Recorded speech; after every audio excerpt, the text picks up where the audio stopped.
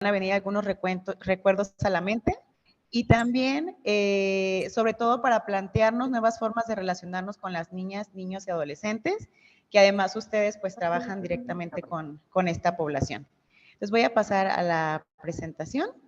Bueno, yo coordino la estrategia Educando para la Igualdad de la Secretaría de Igualdad Sustantiva entre Mujeres y Hombres. Esta estrategia tiene como finalidad la promoción de los derechos de niñas, niños y adolescentes, la prevención de las violencias hacia ellas y ellos, principalmente la prevención del abuso sexual infantil y también pues a promover la igualdad de género desde la niñez. Entonces trabajamos con niñas, niños y adolescentes, con profesionales que trabajan con la niñez, que en este caso entrarían ustedes en esa categoría. Hay un micrófono abierto, creo. ¿Sí? Creo que no sé quién es, pero si pueden checar nada más que tengan su micrófono cerrado mientras no hacemos uso de la voz, por favor. Y también con personas cuidadoras, o sea, madres, padres o personas que están a cargo de cuidado de una niña, niño o adolescente. Y bueno, la charla es perspectiva de niñez y adolescencia. Bueno, esa soy yo, es una foto de cuando era niña. Yo estudié Relaciones Internacionales, hice la maestría en Estudios de Género y bueno, pues cuando quería ser niña, quería ser bióloga marina maestra y pues me dedico a otra cosa, ¿verdad? Que yo creo que a lo mejor a ustedes también les pasó y si están en la profesión que querían realizar cuando eran niñas y niños, pues muchas felicidades. Y bueno, les propongo brevemente unos acuerdos para la charla. Una es pues que tengan el micrófono apagado cuando no estén haciendo uso de la voz. También les pido, en la medida de lo posible, pues que tengan su cámara prendida para que también pueda yo ver sus caritas, también para que estemos como presentes en este momento, o sea, que vean como la charla como un regalo para ustedes para hablar de un tema que comúnmente no tocamos en nuestros espacios ni personales a veces ni laborales, ¿no? Entonces, en la medida de lo posible, tener las cámaras prendidas. También, bueno, pues pueden pedir, si quieren comentar algo, siéntanse en la libertad, pueden levantar la manita aquí virtualmente o poner el comentario en el chat. También les voy a presentar, aquí también se encuentra mi compañera Alma. Alma también va a estar pendiente del chat, ella también es parte de la estrategia Educando para la Igualdad. Entonces vamos a estar ahí pendiente de lo que nos escriban.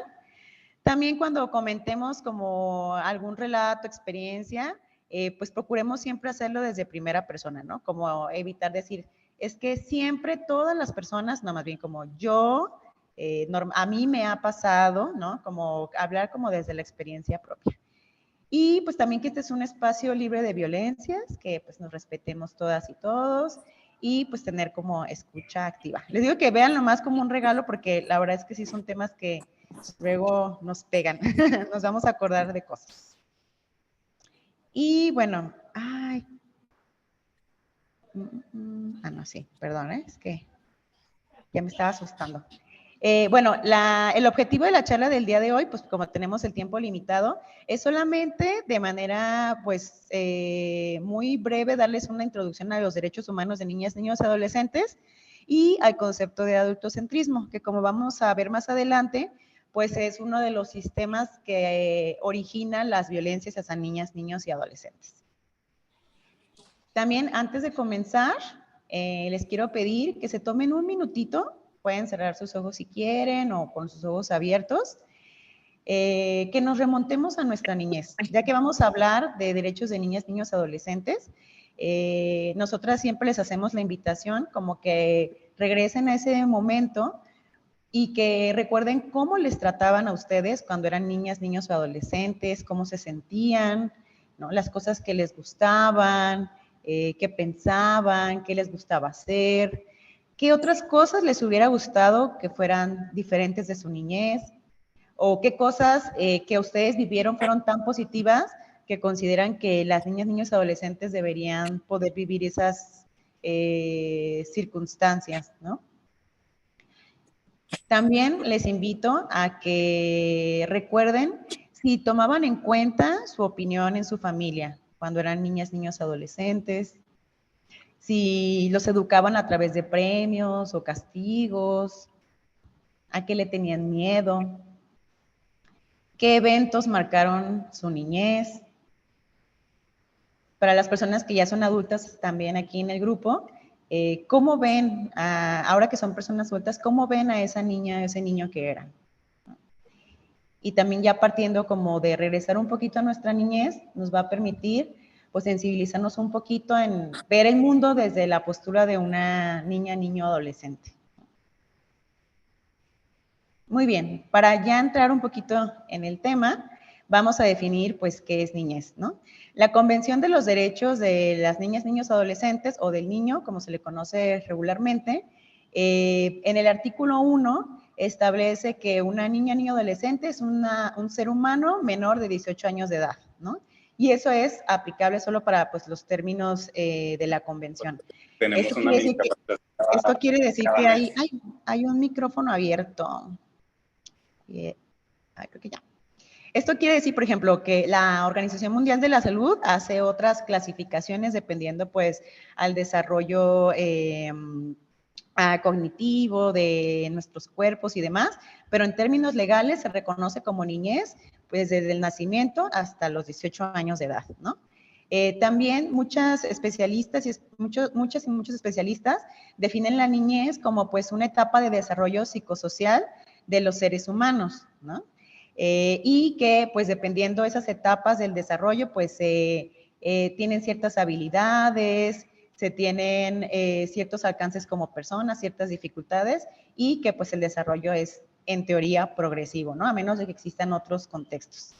Pero ahora las nuevas perspectivas sobre niñez y adolescencia hacen como hincapié en que no solo nos tenemos que referir en niñez a una etapa de desarrollo psicosocial o biológico, sino que también significa que además de ser una etapa en términos de tiempo, se refiere a que la condición y vida de niñas, niños y adolescentes debe ser en una calidad óptima, ¿no? Entonces, cuando hablamos de niñez, también que automáticamente pensemos en que las niñas, niños y adolescentes tienen derecho a una vida libre de violencias, a una vida digna, y que cuando hablamos de niñez también tenemos que pensarlo desde ese enfoque, no solamente como algo biológico, social, como una etapa, así meramente que todas las personas vamos a pasar por ahí, sino que también se refiere a la calidad de vida que vamos a tener en esa etapa.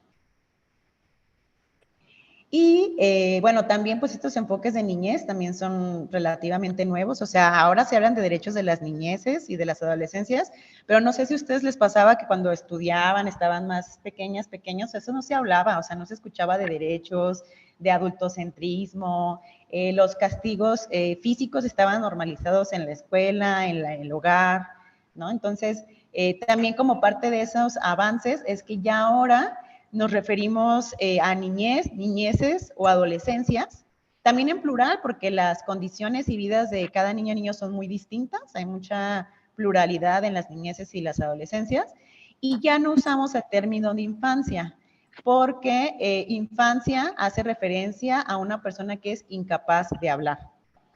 Y eso que se derive de ahí tiene que ver con la importancia social que ocupaban en ese tiempo las niñas, niños, adolescentes, ¿no? Entonces no es casualidad pues que infancia pues tenga este significado, porque así se les percibía a niñas, niños y adolescentes. Y bueno, ya para comenzar les quiero, y también pues pensando en la niñez, aunque los cuentos son para personas adultas también, les quiero contar un cuento que se llama Ahora no Bernardo, que es de David McKee. Hola, pa, dijo Bernardo. Ahora no, Bernardo, dijo su papá.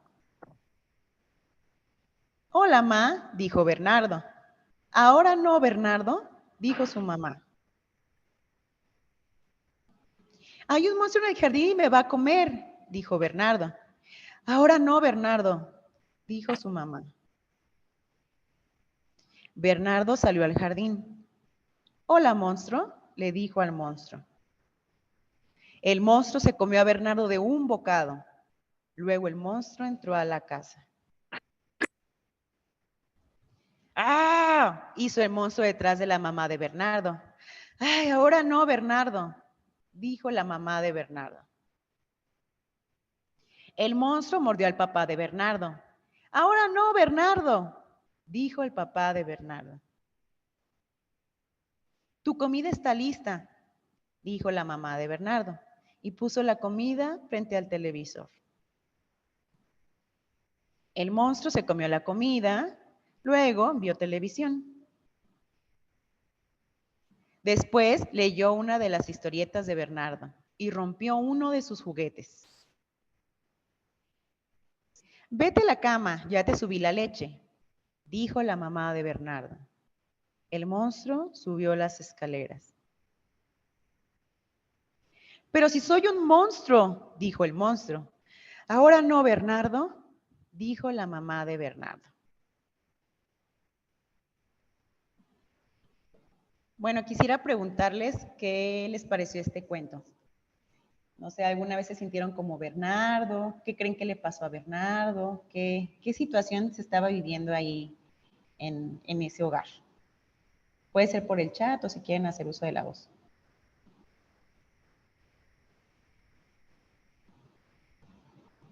Buenos días, pues yo soy del Centro de Salud de San Ignacio Cerro Gordo, soy la doctora Patti y yo voy a hablar sobre Bernardo. Es que los padres no nos escuchan, no nos ponen atención, no nos ven y así estamos viviendo invisiblemente.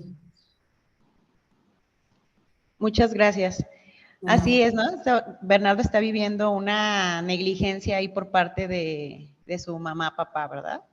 De no poner la atención a una situación de riesgo inminente. A ver, en el chat dice, ignoraban a Bernardo, no le daban atención. Muy bien. También, no sé si pensáramos que el monstruo es una metáfora de algo, ¿qué podría representar el monstruo?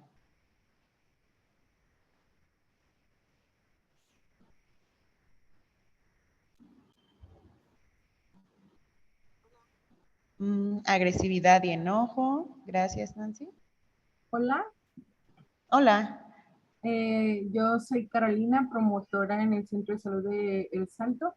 Y creo que el monstruo podría representar lo que es la gente que está detrás de las redes sociales, de alguna cierta forma, ah, envolviendo a los adolescentes en aspectos negativos, o esas personas que se hacen pasar por alguna otra persona y que son los que le prestan la atención a los jóvenes, a los adolescentes, y pues es clara la situación, cómo esa otra persona le presta la atención hasta el momento en que llega a hacerles un daño. En este caso, pues se come a Bernardo, el monstruo.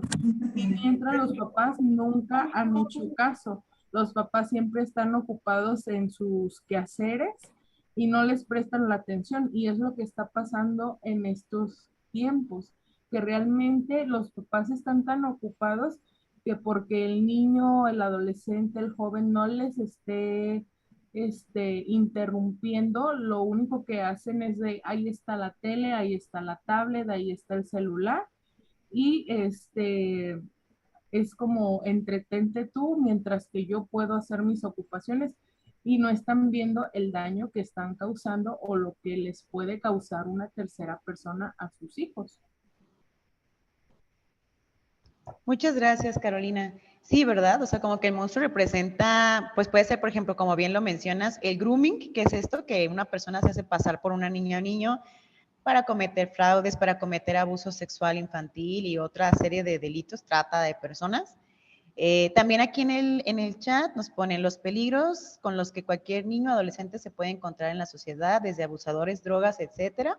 Así es, ¿no? También Bernardo puede significar alguna adicción, el abuso sexual infantil, la violencia escolar, ¿no? O sea, de hecho en las noticias, no sé si les ha tocado, pero recientemente han aparecido noticias horribles de cosas espantosas que están pasando en las escuelas, ¿no? O sea, que han llevado hasta la muerte de algunas niñas, niños y adolescentes, ¿no? Entonces puede ser el acoso escolar, etcétera, ¿no?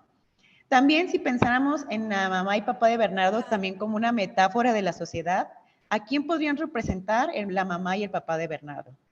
¿Quiénes pueden ser? Además de padres y madres, ¿quiénes podrían ser? ¿Puedo hablar? Sí, claro. Hola, soy Susana de Centro de Salud de San Patricio. Bueno, mi trabajo aquí de estadígrafa, pero soy psicóloga de formación.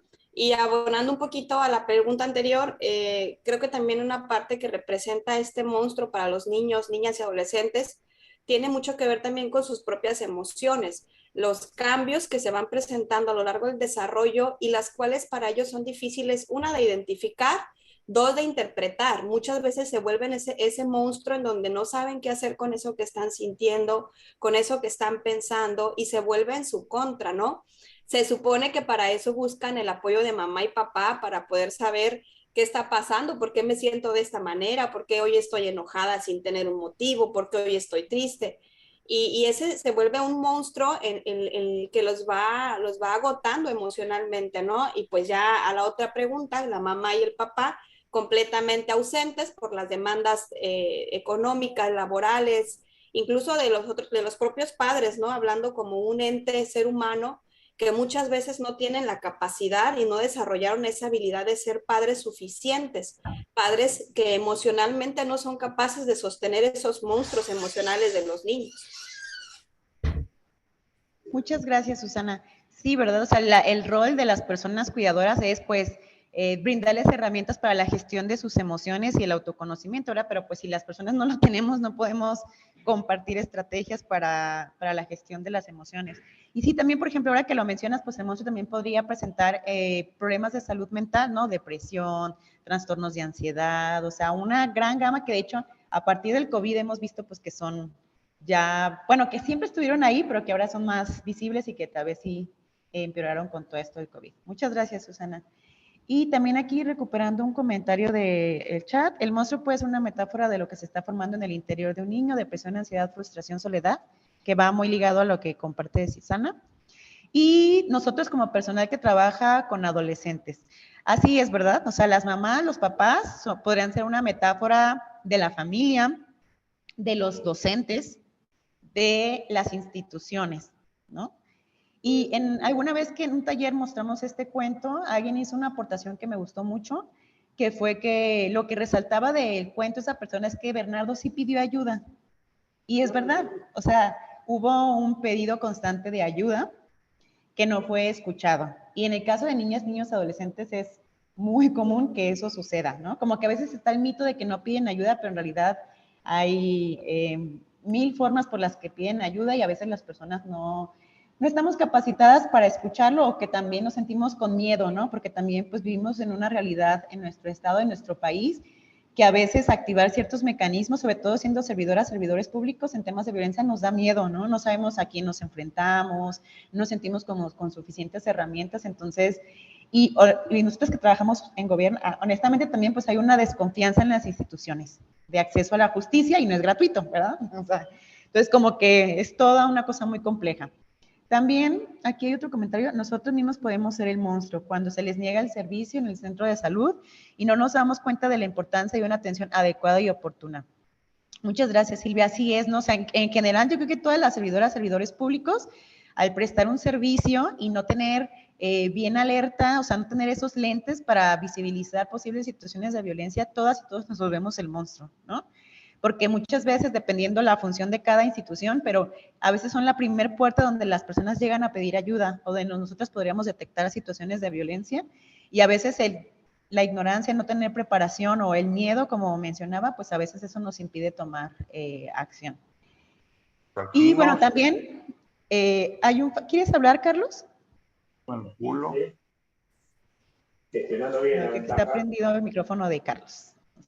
Bueno, otro aspecto que también, digo, el cuento no nos permite verlo, no es parte, digamos, de la historia, pero desconocemos el contexto de esa madre o ese padre, ¿no? O sea, sus caras, sus semblantes son, pues, de mucha apatía o cansancio. Vemos que todas las necesidades de Bernardo, las demás, están aparentemente satisfechas, ¿no? Tiene un hogar con alimentos, se ve como un hogar bien, tiene juguetes, ¿no? Visiblemente no es un niño como que haya sufrido violencia física y sin embargo hay una situación de violencia y desconocemos el contexto de esa mamá o ese papá. Entonces también actualmente las personas en general, pero las familias también se enfrentan a muchos retos que les impide accionar, ¿no? O sea, por ejemplo, las necesidades económicas, si viven violencia, por ejemplo, si ya vamos ahí inventando cosas, bueno, ¿qué tal si la mamá de Bernardo es víctima de violencia en su familia también, ¿no? Donde ya en esa familia se han naturalizado ciertos tipos de violencia. O sea, como que también las familias ahorita están viviendo contextos muy complicados que les imposibilita pues tomar acciones. Muy bien, entonces, pues desafortunadamente, pues Bernardo está viviendo un tipo de maltrato infantil, que es la negligencia. Y en mi opinión, pues es como la más invisible, porque es, o sea, tal vez Bernardo en un centro de salud, en otros lugares, en sus indicadores, no pasaría como una alerta roja de violencia, ¿no? Porque no hay una violencia física aparente, pero está viviendo un tipo de violencia muy silencioso y muy peligroso, ¿no? Y bueno, el maltrato contra niñas, niños y adolescentes se define como aquellos abusos o la desatención de la que son objetos niñas, niños y adolescentes. Estos maltratos pues ponen en riesgo su dignidad, su vida, su desarrollo y pueden ser el maltrato físico, el psicológico, la negligencia, que es como la que vimos en el caso de Bernardo, la violencia sexual y la explotación. La explotación, además, es un tipo de maltrato muy complejo y muy grave porque implica involucrar a niñas, niños y adolescentes en actividades ilícitas que termina corrompiendo su perspectiva del mundo, ¿no? Por ejemplo, cuando se explota sexualmente a niñas, niños, adolescentes, lo van entendiendo como una forma de vivir y de sobrevivencia, ¿no? Entonces no nos va a extrañar que de adultas, adultos, se sigan dedicando al trabajo sexual, ¿no? A lo mejor ya tienen otras posibilidades, pero es tan fuerte, o sea, el impacto que tiene en sus vidas que es muy difícil salir de ahí, ¿no? O por ejemplo, a una niña, niño que se le involucra en el crimen organizado, también corrompe su forma de ver al mundo. Es muy complejo que puedan dar el paso a ver el mundo desde otras perspectivas, ¿no? Porque lo aprendieron como una forma de sobrevivencia. Entonces, tiene un impacto muy fuerte en sus personas. Digo, aquí se las voy a dar así, las definiciones muy por encima nada más casi enunciándolas, pero igual les comparto a través de Vero, Carla, la presentación. Y en ese sentido, les quería compartir un ejercicio que hicimos de participación con niñas, niños, adolescentes. Ellas y ellos están en el programa ECOS Música para la Paz de la Secretaría de Cultura Jalisco. Hay núcleos en varios municipios donde se les dan clases de música gratuitas, ¿no? Entonces, les preguntamos a ellas y ellos qué es para ellas y ellos la violencia, y se los quiero compartir.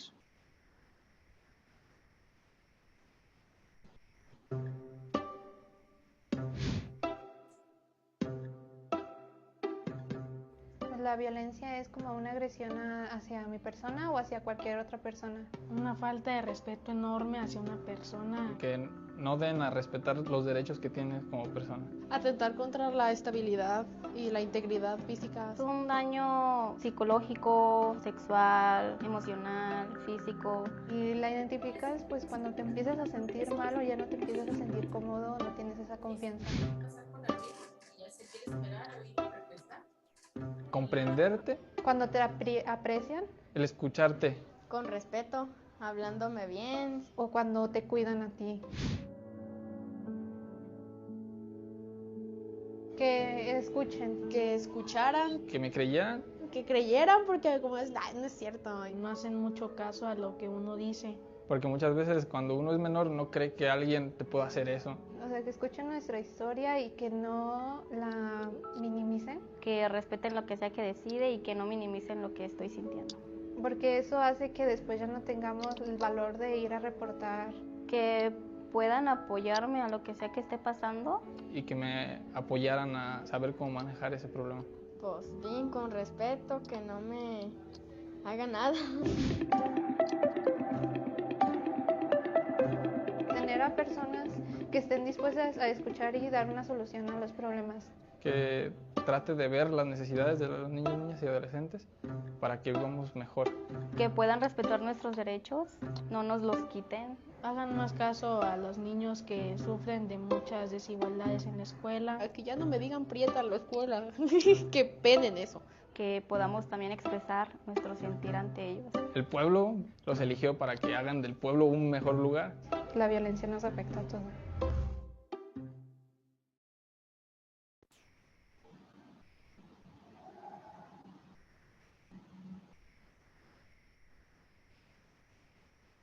Muy bien, si se fijan, o sea, como la principal como exigencia, digamos, que manifiestan niñas, niños y adolescentes en este videito es que les escuchen.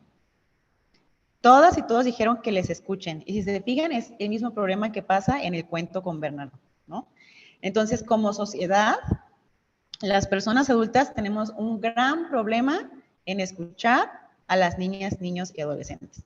Y tal vez si recordamos nuestra niñez y nuestra adolescencia, pues también vamos a recordar muchas situaciones y eventos donde nunca se pidió nuestra opinión para decisiones que iban a impactar nuestra vida o nuestras emociones las minimizaban, no las tomaban en serio, ¿no? Y principalmente a veces el argumento era el tema de la edad, ¿no? Por ejemplo, en la adolescencia aquí hay tantos prejuicios en el sentido de, pues es que es una etapa en la que están en contra de todo, que cualquier cosa te van a dar la contra, que, o sea, como ese tipo de estereotipos sobre la adolescencia, pues nos hace que no tengamos tanta disponibilidad para escucharles atentamente, ¿no? Y minimizamos situaciones o sentimientos que hay detrás, ¿no?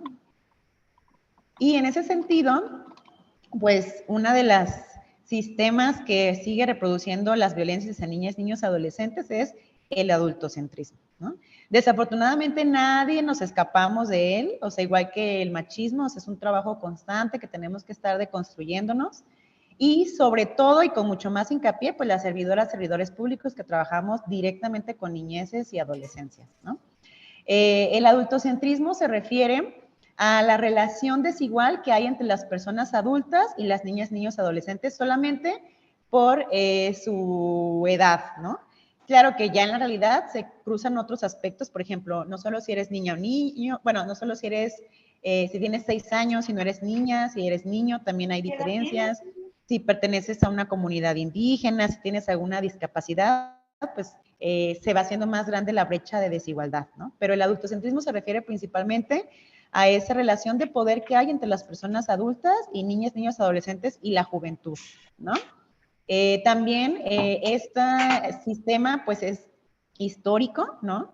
Si nosotros revisamos la historia hay un montón de prácticas que nos dan muestra de cómo se concebían niñas, niños, adolescentes. Por ejemplo, no se consideraba una categoría especial, se consideraban personas mini adultas que tenían las mismas obligaciones, pero no tenían los mismos derechos, ¿no? También, por ejemplo, hay un caso como muy referente en el tema de derechos de niñas, niños, adolescentes. En Reino Unido, una niña que los vecinos reportaban pues que estaba siendo violentada, la tenían encadenada, o sea, en una situación de esclavitud horrible, y no había leyes para poderla defender. Entonces tuvieron que recurrir a una ley de protección animal, de animales de ganado, para poderla rescatar de esa situación, ¿no? Entonces, para que también vean cómo era cómo se concebían niñas, niños, adolescentes. El derecho a potestad, que ahorita todavía lo escuchamos a veces en términos legales, antes se refería al derecho sobre la vida o muerte de la hija o hijo. O sea, tú podías matar a tus hijas como eran tu propiedad, no era un problema social, porque eran tus hijos y tú podías disponer de ellas y ellos.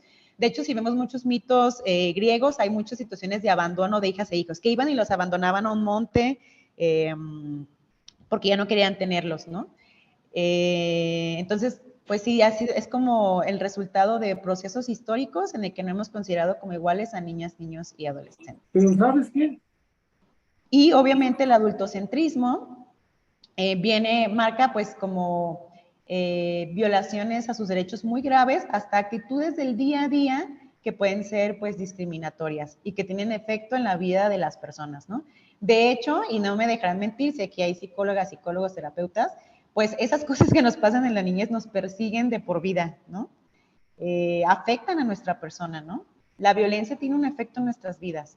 Entonces, el adultocentrismo en ese sentido, pues, cumple un papel muy importante en el que se sigan manteniendo ciertos tipos de violencia.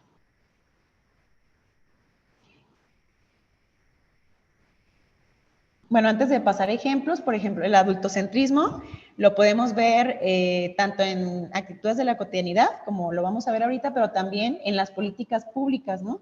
Las ciudades no están hechas para las niñas, niños, adolescentes, los espacios no están hechos para niñas, niños, adolescentes, por ejemplo, el transporte público, los baños públicos. Les comentaba también en una reunión a unas compañeras que, por ejemplo, si ustedes van a bibliotecas o a ciertas dependencias, el área de niñez tiene unos asientitos chiquititos, pero así, minis como para niñas y niños de los primeros años del kinder, ¿no? Que es, por ejemplo, el otro día fui a la biblioteca que está por el Agua Azul y la biblioteca estaba así, con unos mini asientitos. Eso también, o sea, el pensar que niñas y niños solo tienen ese exclusivo tamaño, o sea, como no considerar a niñas y niños de otro tamaño y demás, pues sí tiene de un estereotipo de lo que es ser niña o niño, ¿no? Y dicen, pues es una sillita que tiene, hay niñas y niños que no caben en esa silla, ¿no? Entonces ya de antemano les estamos dando a entender que ese lugar no es accesible para ellas y para ellos. Ya ni siquiera pensar una niña o niño con discapacidad, que aparte por una cuestión motriz tenga más requerimientos, no, una niña o niño normal.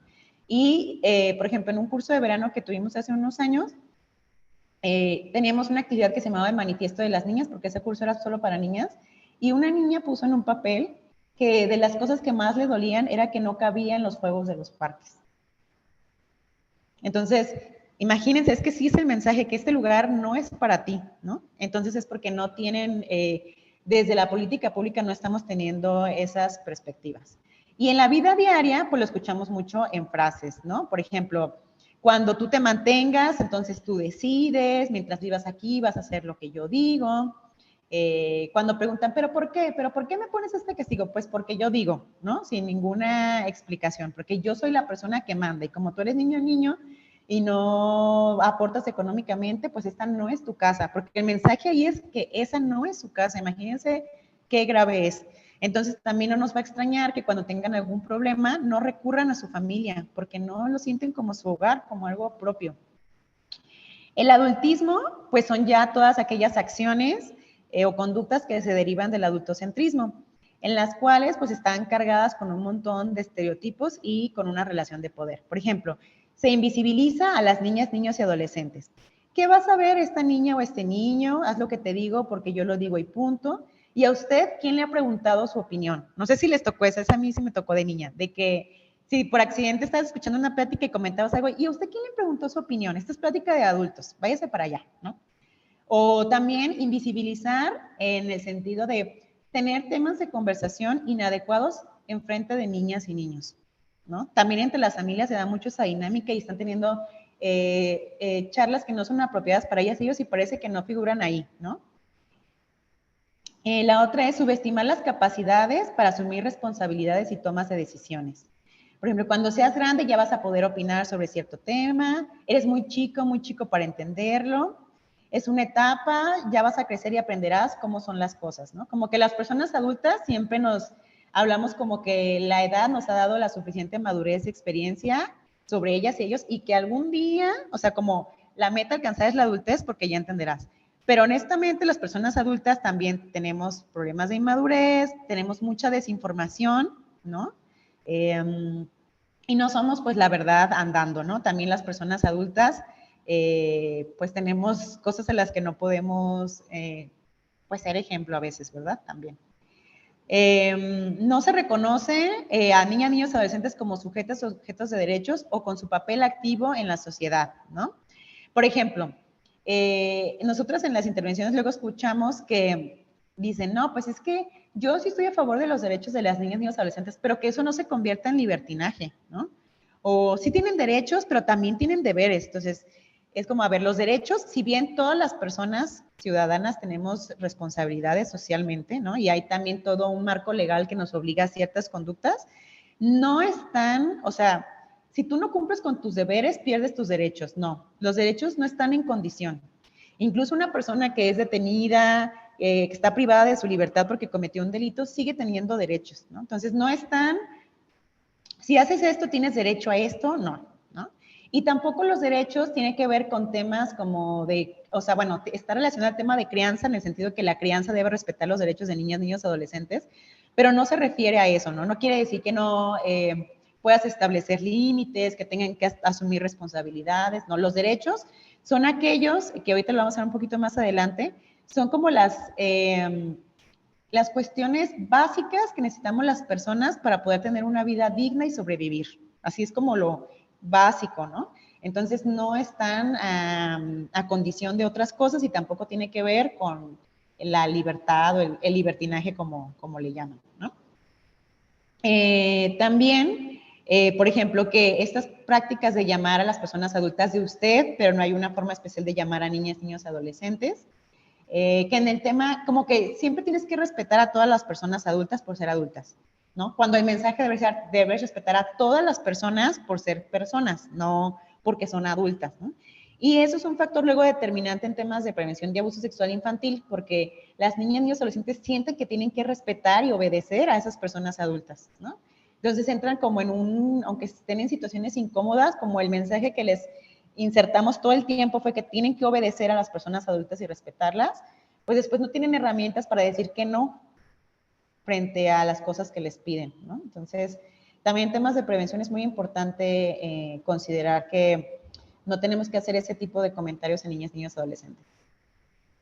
También con mis hijos no. Hay algunos movimientos también y grupos que, por ejemplo, están abogando en contra de la educación integral de la sexualidad, ¿no? Que es como, bueno, si en la escuela le dan, yo como mamá, papá, puedo decidir que no le den, ¿no? Y es como, bueno, no, o sea, tú en tu casa, o sea, obviamente hay ciertas reglas, ciertas formas de entender la vida, ciertas creencias, ideología, pero eso no tiene que estar sobre los derechos humanos de niñas, niños, adolescentes. Y la educación integral de la sexualidad es un derecho de todas las personas, ¿no? Y además también otro que a lo mejor ustedes se lo encontrarán mucho en su trabajo, pero se cree como que la educación integral de la sexualidad solamente la requieren niñas, niños y adolescentes.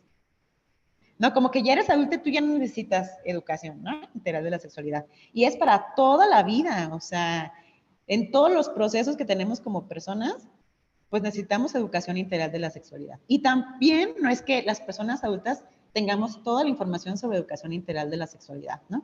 Cuando sale el tema luego del embarazo adolescente, siempre es como, pues yo creo que el problema es que no tienen información, que no saben cuidarse, ¿no? Como, pero también las personas adultas no lo realizamos a veces, ¿no? Si realizamos un diagnóstico de cuántas personas adultas tienen esa información y sobre todo llevan a cabo esos métodos de prevención, pues nos vamos a enterar que muy pocas personas luego lo realizan. Pero sin embargo, medimos con otra vara a las niñas, niños, adolescentes, ¿no? Nos sentimos con una superioridad por nuestra edad, pero eso no quiere decir que tengamos esa información. Por ejemplo, de los riesgos de Internet, también siempre hacen muchos comentarios en las capacitaciones. Es que no saben los riesgos, es que, y como personas adultas tampoco tenemos medidas de seguridad, ¿no? También aceptamos personas extrañas en Internet, también tenemos el Facebook con un montón de personas que no conocemos muy poco de estrategias de seguridad, pero siempre pensamos como en esas situaciones en niñas, niños, adolescentes y no como personas adultas. También, usted no me contradiga, yo soy el profesor, este tema es muy complejo y ellos no están preparadas para dar ideas que sirvan, ¿no? También en este sentido, por ejemplo, un derecho también al que niñas, niños y adolescentes tienen mucho problema a acceder es el derecho a participar y a la información, ¿no? O sea, no se les pide su opinión para decisiones que van a afectar su vida y no se les brinda información sobre cosas que están sucediendo, por ejemplo, desde procedimientos médicos, ¿no? Que una médico, enfermero le explique, mira, creemos que tienes esto, te tenemos que hacer estos estudios, este estudio va a ser así, ¿no? Que se cree que no lo van a entender y se oculta información.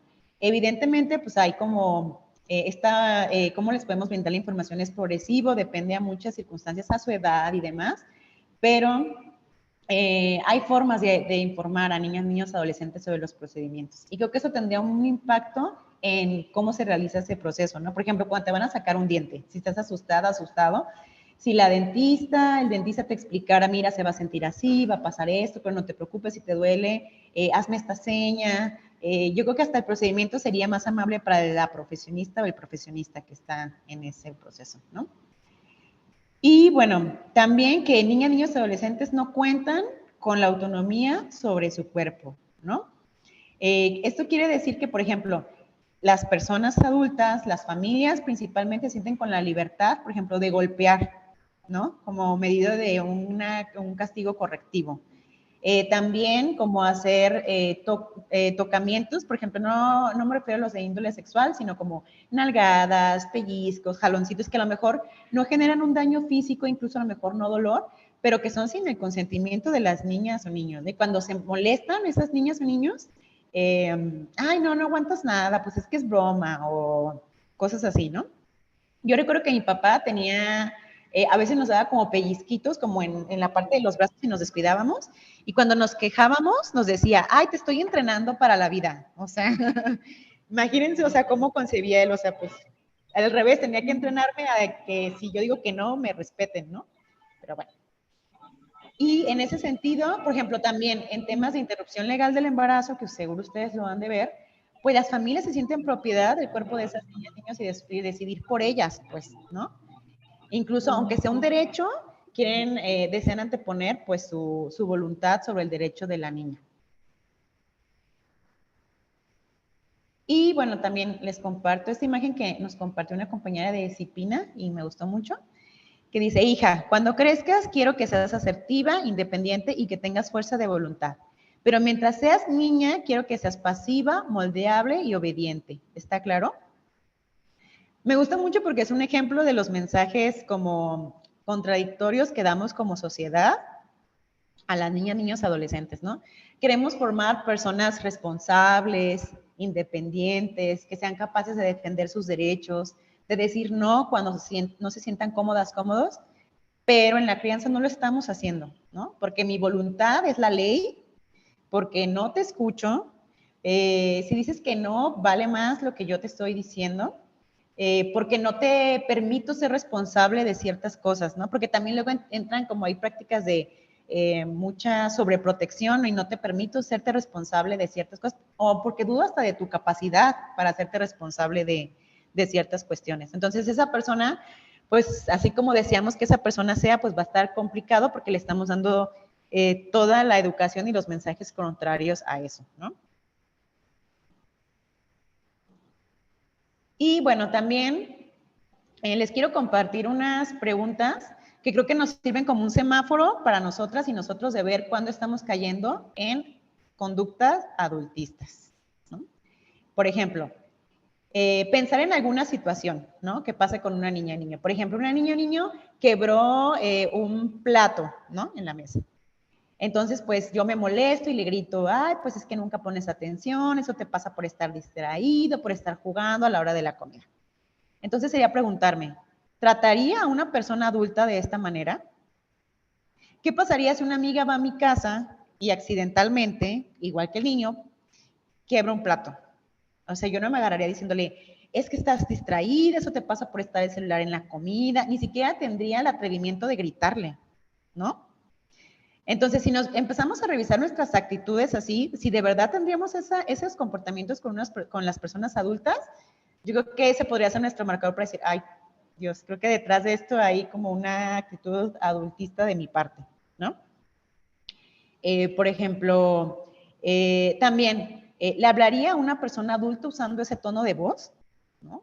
¿Cómo les hablamos a las niñas, niños, adolescentes? Eso como gritarles, o con una voz de mando, así como, pues lo vas a hacer porque yo te digo.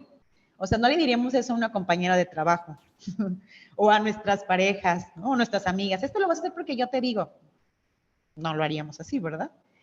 También, ¿le arrebataría eso de la mano a una persona adulta? El arrebatarles cosas a las niñas y los niños es una práctica muy común. No sé si a ustedes les ha tocado verlo en la calle o en otros espacios, ¿no? ¿Le arrebataríamos las cosas a una persona adulta? Yo creo que no, ¿verdad? Porque eso ya de antemano nos podría poner en una situación de riesgo, tal vez eso pensaríamos. También, ¿tomaría esta decisión en lugar de una persona adulta? Esto es súper importante. Por ejemplo,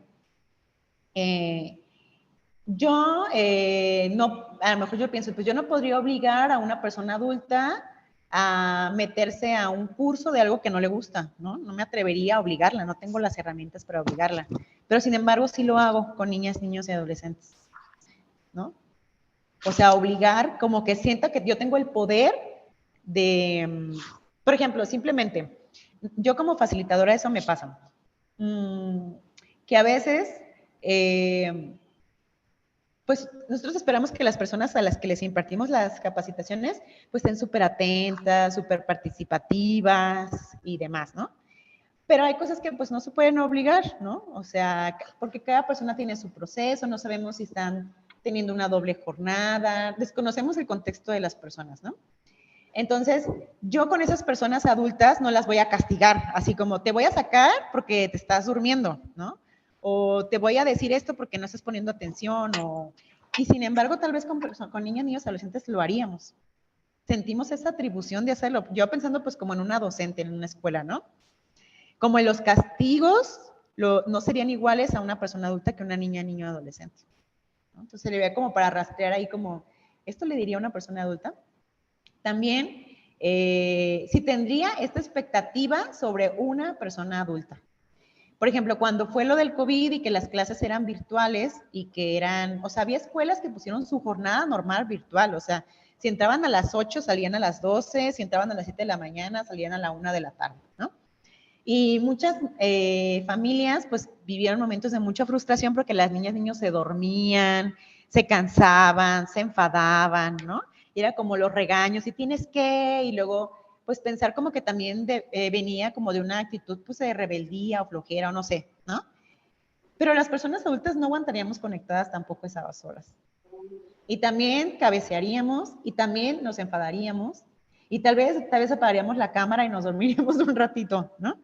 Entonces, ¿por qué esperamos algo en las niñas, niños, adolescentes que las personas adultas tampoco somos capaces, ¿no? Tenemos que tener las mismas, bueno, además que tenemos que tener las mismas expectativas que personas adultas, que niñas, niños, adolescentes, ¿no? O sea, no podemos esperar lo mismo de ellas y ellos, y mucho menos cuando tampoco nosotras y nosotros somos capaces de esas cosas, ¿no?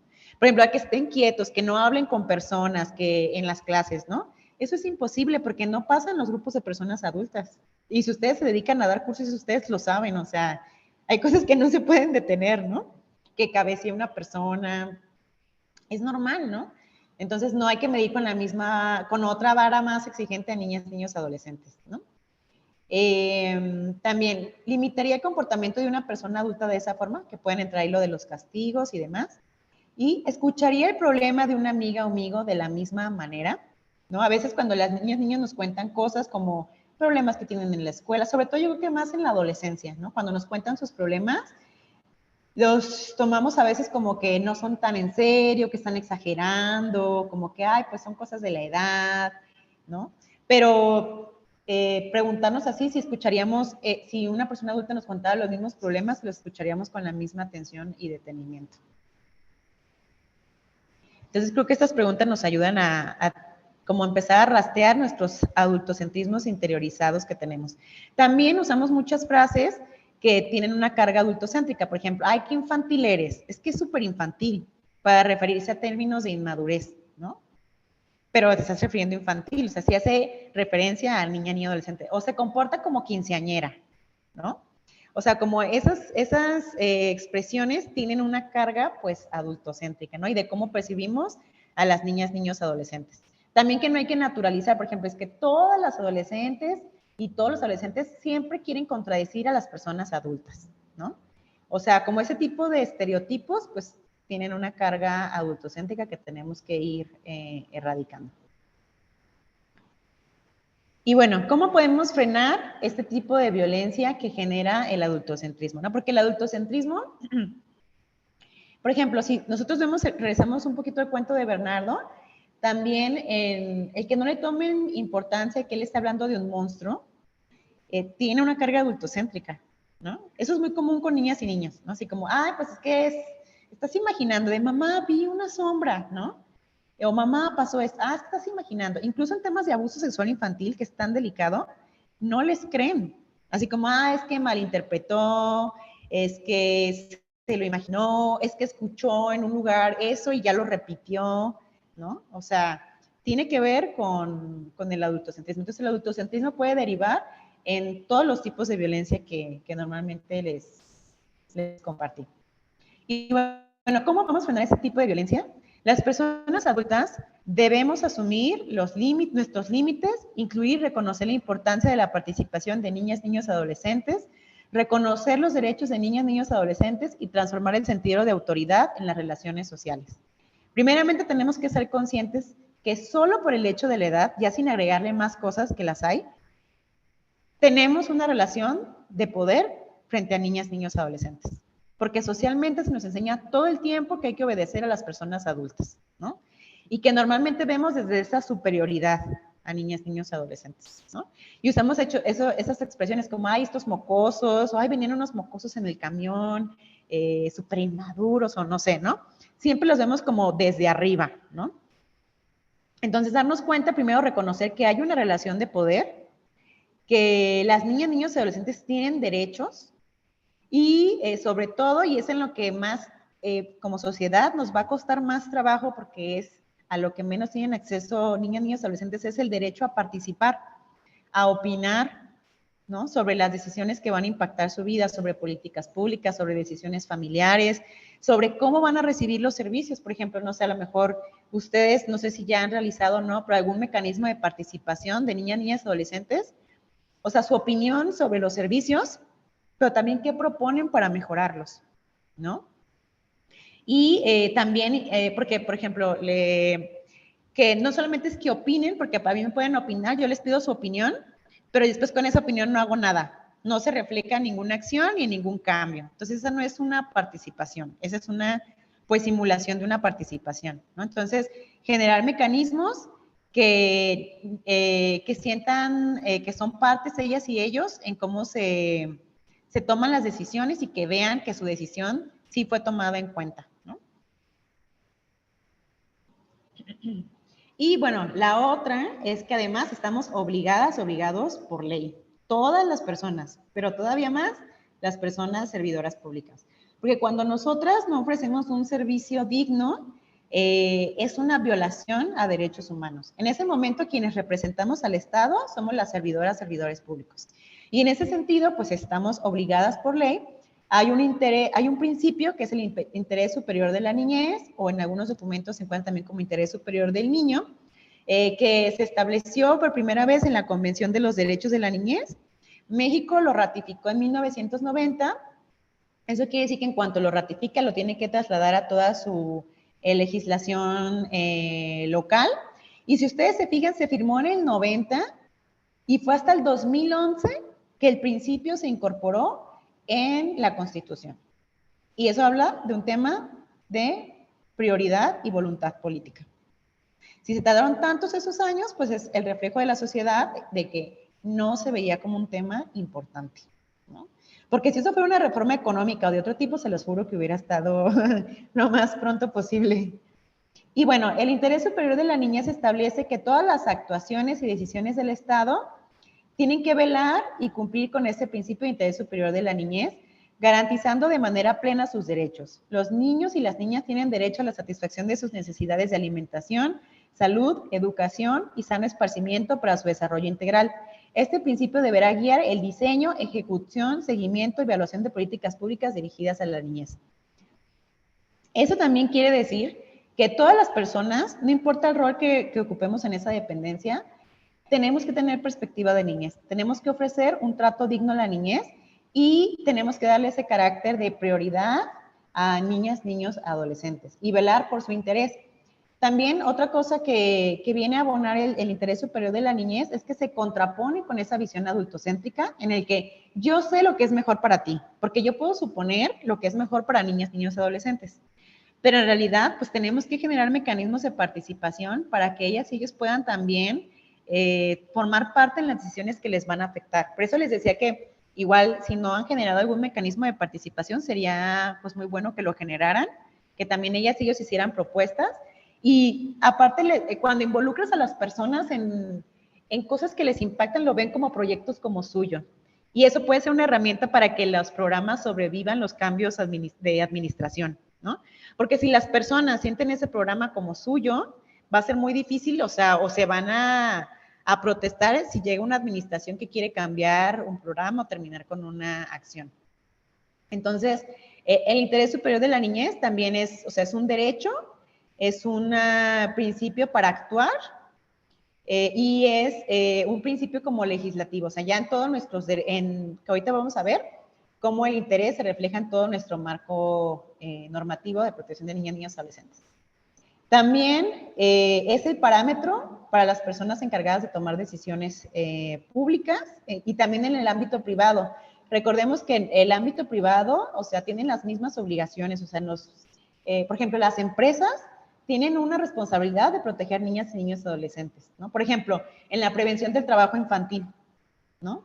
Y en otros tipos de problemáticas donde las empresas se ven como involucradas. También el principio obliga a los 3 niveles de gobierno a que realicen como todas las acciones y las medidas con base al interés superior de la niñez y reafirma a niñas, niños y adolescentes como sujetas y sujetos de derechos, ¿no? Yo ahorita ya voy a terminar, ¿eh? Entonces, el principio está en el artículo 4 y en el artículo 3.1 menciona, en todas las medidas concernientes a los niños que tomen las instituciones públicas y privadas de bienestar social, los tribunales, las autoridades administrativas o los órganos legislativos, una consideración primordial a la que se atenderá será el interés superior de la niñez. Entonces, todas las personas servidoras públicas estamos pues obligadas a trabajar bajo el principio de interés superior de la niñez. Y luego está la Ley General de los Derechos de Niñas, Niños y Adolescentes, que tal vez ustedes ya, seguramente ya lo conocen, y particularmente en el artículo 11 establece que pues todas las personas que integramos la sociedad, o sea, no importa qué rol desempeñemos en la sociedad, no importa si somos servidoras, servidores públicos o no, tenemos la obligación de proteger a niñas, niños y adolescentes, ¿no? Entonces, también eso es trasladar un poco esa visión de que solamente las familias son las responsables de proteger, que es solamente un problema de la familia y es un problema privado. No, todas las personas somos responsables. Y en ese sentido, la crianza es una responsabilidad social de todas las personas. Todas las personas, en algún sentido, contribuimos a la crianza de niñas, niños, adolescentes. Por ejemplo, ustedes que ofrecen, del tipo de servicios que ofrecen, ustedes también colaboran con la crianza de niñas, niños, adolescentes, ¿no? Porque están brindando información y herramientas que a lo mejor las familias no tienen para brindarles a esas niñas, niños, adolescentes. Y bueno, en el Estado también tenemos una ley de los derechos de niñas, niñas, adolescentes, y en el capítulo 3, artículo 5, establece pues los principales derechos de niñas, niños, adolescentes, que estos solamente son enunciativos, más no limitativos, ¿no? Y luego los derechos humanos son interdependientes, ¿no? Luego vamos a ver las convenciones de los pueblos indígenas, las convenciones de las personas con discapacidad, las convenciones en temas de igualdad entre mujeres y hombres. Entonces, todos esos derechos se van a ir cruzando, porque también las realidades de las personas son así, ¿no? O sea, somos, pero mujeres, pero a lo mejor eres de una comunidad indígena, pero a lo mejor tienes una discapacidad, etcétera, ¿no? Entonces, como nos cruzan varias realidades y varias opresiones, pues los derechos también son interdependientes. Y pues son el derecho a la vida, a la identidad, a la prioridad, a la igualdad, a un ambiente familiar sano, a que puedan ser adoptadas o adoptados, a la educación, a la cultura, a los alimentos, vestido y vivienda, al juego y al descanso, a la libertad de expresión y asociación, a la información, que les digo que ese es como de los derechos que más trabajo les cuesta acceder a niñas, niños, adolescentes, no les prestamos las condiciones para que accedan, a la protección y la asistencia social cuando se encuentran en situaciones especialmente difíciles y a un medio ambiente adecuado. Entonces, esos son los derechos, los 14 derechos básicos que establece la ley del Estado. Y bueno, pues con esto llego al final, o sea, la idea era nada más hablar un poquito del adultocentrismo y pues cuáles son los derechos de niñas, niños, adolescentes. No sé si alguien tiene alguna pregunta o comentario.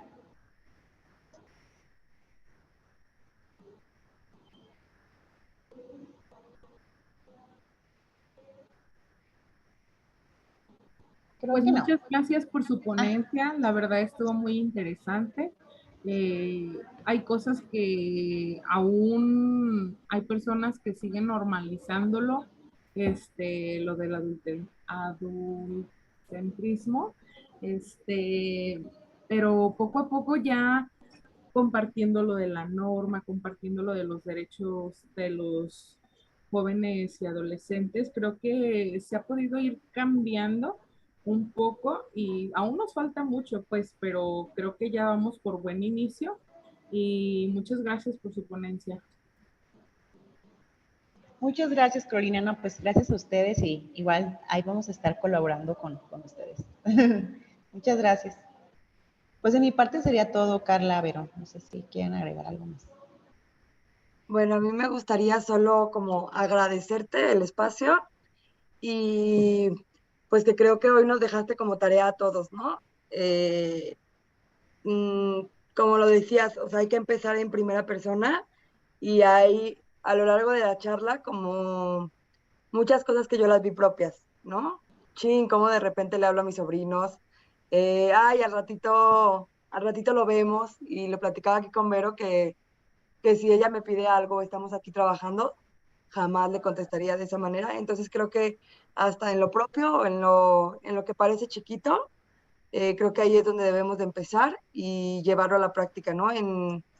Definitivamente en salud le tenemos una deuda a las niñas, niños y adolescentes, entonces, pero pues estamos trabajando en ello. Entonces, nada, pues agradecerte muchísimo el espacio. Van a seguir viendo a Jimena por aquí, no lo vamos a soltar porque ya la encontramos y ahora vamos a trabajar con ella. Hola. Muchas gracias. Igual agradecer a quienes participaron en esta charla, quienes se conectaron. Y eso, ¿no? Como lo que decía Carla, es un tema que incluso cuando hablamos de perspectiva de niñez, a mucha gente, o sea, perspectiva de género ya está como de cierta forma metida en todos los espacios, ¿no? Pero cuando hablamos de perspectiva de niñez, para algunas personas suena como algo nuevo, ¿no? Entonces, y bueno, tiene que ver con la historia con esto histórico, pues que ya nos compartías. Y sí creo que es el inicio de una colaboración muy chida. Sí, sí, ya vamos a hacer cositas juntas, van a ver. También, igual, a través de ti, Vero, de Carla, nosotros encontramos un curso que la verdad está muy bueno, que es sobre, ¿cómo es? Adolescentes, el de derecho a la salud, el derecho a la salud en adolescencias, algo así, que no me acuerdo, ¿es de PNUD? No. Creo que es de la Organización Panamericana de la Salud y es sobre adolescencias y su derecho a la salud. Está muy bueno. Entonces también se los voy a compartir porque seguro, y está muy práctico, la mayoría son videos.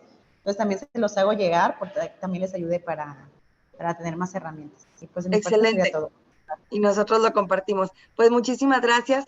Y bueno, ahí estamos en contacto. Gracias, adiós. Bye. Muchas gracias a todos los que se conectaron.